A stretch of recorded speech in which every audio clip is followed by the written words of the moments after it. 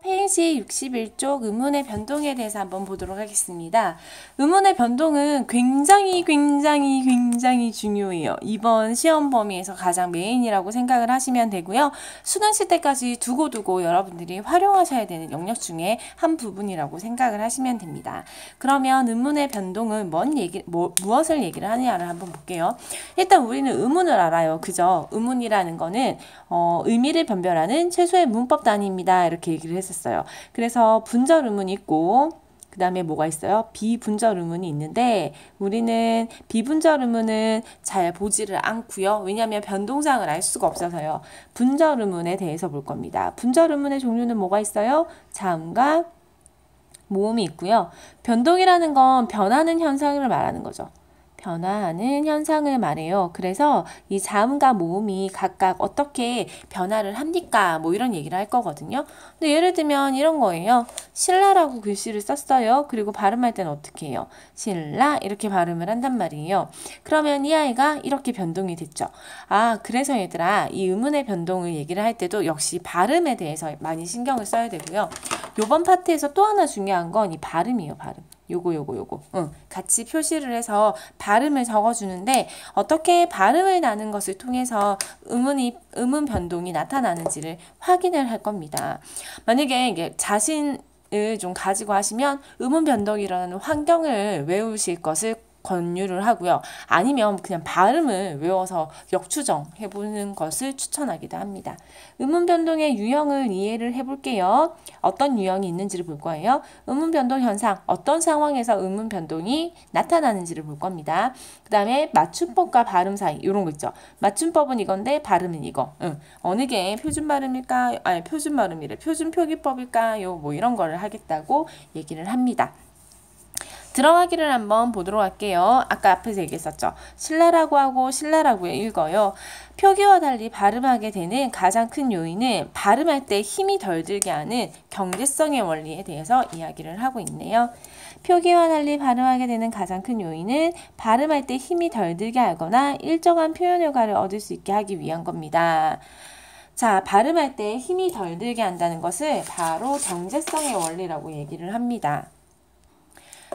이렇게 해서 어떤 단어를 만날 때 힘이 덜 들게 하는 거, 노력하는데 경제적이다 라는 노력 경제의 원리, 또 일정한 표현의 효과를 얻을 수 있다, 표현 효과의 원리 이렇게 두 가지로 나누어요. 조금만 자세하게 설명을 한번 해볼게요. 서로 다른 두 소리가 만났을 때 좋은 위치나 방법이 비슷하면 발음하기가 당연히 쉽겠죠. 왜냐하면 좋은 위치, 입안에 발음 나는 위치를 바꾸지 않아도 되고 좋은 방법, 파열이나 파차른이나 구개음, 구개음이 아니라 비음이나 유음 중에서 비슷한 발음이 나타나면 발음하기가 쉽겠죠. 이것을 동화현상이라고 합니다. 동화현상이라고 해요. 비슷하게 나는 거. 이는 발음에서 노력경제 원리가 적용된 겁니다. 예를 들어서 국물을 발음할 때 기역을 뒤에 오는 미음과 만나면 앞에 소리가 뒤에 비음을 닮아서 기역 계열에 있는 이응으로 비음으로 바뀌어 이응하면 국물 소리가 나겠죠. 두 소리 모두 비음으로 소리가 나기 때문에 발음이 훨씬 수월하게 됩니다. 축약이냐 탈락도 발음의 편의성을 위해서 나타나는 의문 현상입니다. 근데 반면에 표현 효과의 원리가 있어요. 얘는 발음상 힘이 더 들더라도 청각적인 효과를 통해서 일정한 의미를 강조하려고 하는데요. 예를 들면 모음 조합 파괴 현상이나 사인소리 현상 같은 이화 현상에서 찾을 수가 있습니다. 밤길을 발음할 때 기역이 된소리로 바뀌어서 밤길로 발음하는 것도 바로 이런 효과를 적용한 것이죠. 그래서 이 단원에서는 아까 앞에 얘기한 것처럼 의문 변동의 유형을 이해하고요. 비음하나 유음하냐 이런 거 의문 변동 현상을 탐구합니다. 어떤 상황에서 나타나나요? 그 다음에 맞춤법과 발음이 어떻게 다르게 나타나는지도 확인을 해보도록 하겠습니다. 자, 교과서 페이지는 62쪽 되겠습니다. 여기에서는 의문의 변동 유형에 대해서 한번 확인을 해볼게요. 의문의 변동 유형에 전반적인 내용을 다 담겨있는 부분이라서 내용이 좀 많아요. 잘 따라오시기 바래요. 한 의문이 일정한 환경에서 다른 음으로 바뀌어 소리나는 현상을 음운 변동이라고 합니다. 한음이 일정한 환경에서 다른 음운으로 소리내어서 바뀌는 것을 음운 변동이라고 해요. 음운 변동은 음운 변동의 결과, 또 대상, 인접 음운과의 관계에 따라서 분류를 할 수 있습니다. 총 3가지로 분류가 되네요. 오케이, 우리도 그러면 3가지로 분류를 해보도록 하겠습니다. 이 중에서 뭐 제일 중요한 게 뭐예요? 라고 물어보신다면 글쎄요, 저는 음운 변동 결과에 따르는 음운 규칙이라고 얘기를 하고 싶습니다. 이게 제일 많이 나와요. 음운 변동 결과에 따른 음운 규칙은요, 크게 교체, 탈락, 첨가, 축약으로 나누어지게 됩니다. 이때 교체는요, 하나씩 볼게요. 한 음운이 다른 음운으로 바뀌는 현상을 말합니다. 원래는 앞이라고 소리가 나면 피읍이 비읍으로 바뀌는 거 있죠. 자, 여기 보세요. 앞이라는 아이를 앞이라고 발음을 했을 때 1대1로 바뀌는 현상을 교체라고 얘기를 합니다. 다음 계속 보도록 할게요. 탈락은요, 원래 있던 음운이 생략되는 현상이죠. 그렇지, 탈락하면은 나타날 수 없겠죠. 다음 라운드에서 뵙지 못합니다. 닭이라는 이중 모음을 닭이라고 얘기를 해주면 리을이 하나 없어지죠. 네, 요거를 탈락이라고 얘기를 합니다. 다음 가서 볼게요. 첨가요, 첨가. 첨가는 첨가물, 첨가제, 없던 음운이 새로 생겨나는 현상을 얘기를 합니다. 예를 들어서 솜니불이라는 단어를 가지고 왔는데요. 이 솜이불은 원래는 솜이불이라고 쓰는데 발음을 하면 솜니불이라고 발음이 나요. 여기 이응 자리에 없던 니은이 들어온 거 보이시나요? 네, 이런 것들을 첨가라고 얘기를 합니다. 축약은요, 두 음운이 합쳐져서 이게 중요해요. 제3의 한 개의 음운으로 바뀌어요. 2개가 합쳐져서 하나가 되는 거예요. 예를 들면 노타라는 단어를 지금 여기서 설명을 하고 있는데요. 노타는 발음하면 노타가 되죠. 히읗이랑 디귿이 만나서 제3의 하나의 음운이 돼요. 당연히 여기는 없어지고요. 노타로 축약이 되어서 나타나게 됩니다. 자, 이렇게 해주시고요. 만만한 예쁜 색깔을 하나 펼쳐셔서 얘에다가만 제가 체크를 할게요. 닭, 솜이불, 솜니불, 니은 첨가, 이렇게 또 노타 이렇게 얘기를 적어놨습니다. 표시를 해둔 이유는 이 아이들이 아마 대표적인 예인 것 같아요. 그래서 여러분들이 학습을 하실 때 떠올리기 쉬운 예가 되라고 제가 표시를 해두었습니다. 다음 2번째 한번 보도록 할게요. 이번에는요, 음운 변동.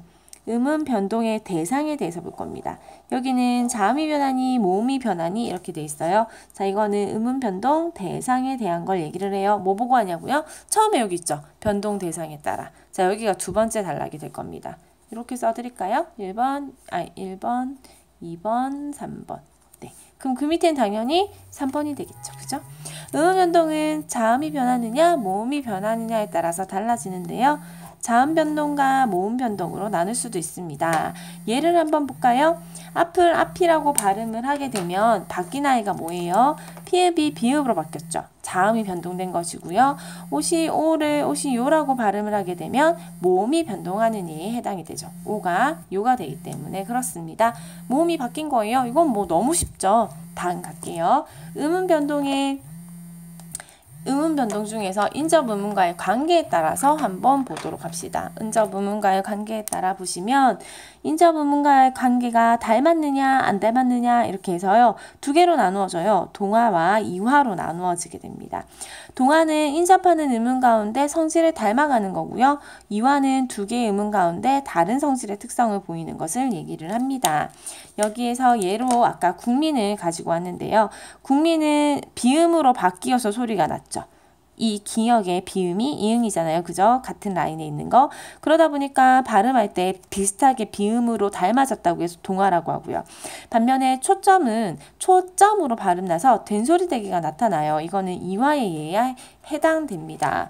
앞에서 된소리 대기가 이화의 예에 해당된다고 여기서 봤었어요. 기억나세요? 네.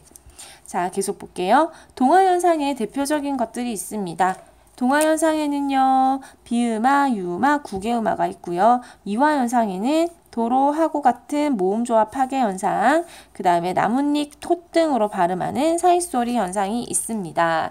선생님이 아까 변동의 결과에 따른 게 제일 중요해 이렇게 했었는데요. 생각해보니까 변동의 결과보다는 음운 변동 이거 인접한 관계가 훨씬 더 문제되기가 좋은 것 같아요. 이 아이가 더 중요합니다. 순위를 바꿀게요. 1등, 2등, 3등으로 바꾸겠습니다. 자, 모음조화 현상에 대한 설명이 왼쪽에 나와 있는데요. 모음조화 현상을 은근히 모르는 친구들이 있더라고요. 그래서 제가 다시 한 번 더 설명을 하도록 하겠습니다. 모음조화라는 건 두 음절 이상의 단어에서 뒤에 모음이 앞에 모음의 영향을 받아 그에 가깝거나 같은 소리로 나타내는 것을 얘기를 합니다. 예를 들면요. 여기 깍다 뒤에 있는 이 아 있죠.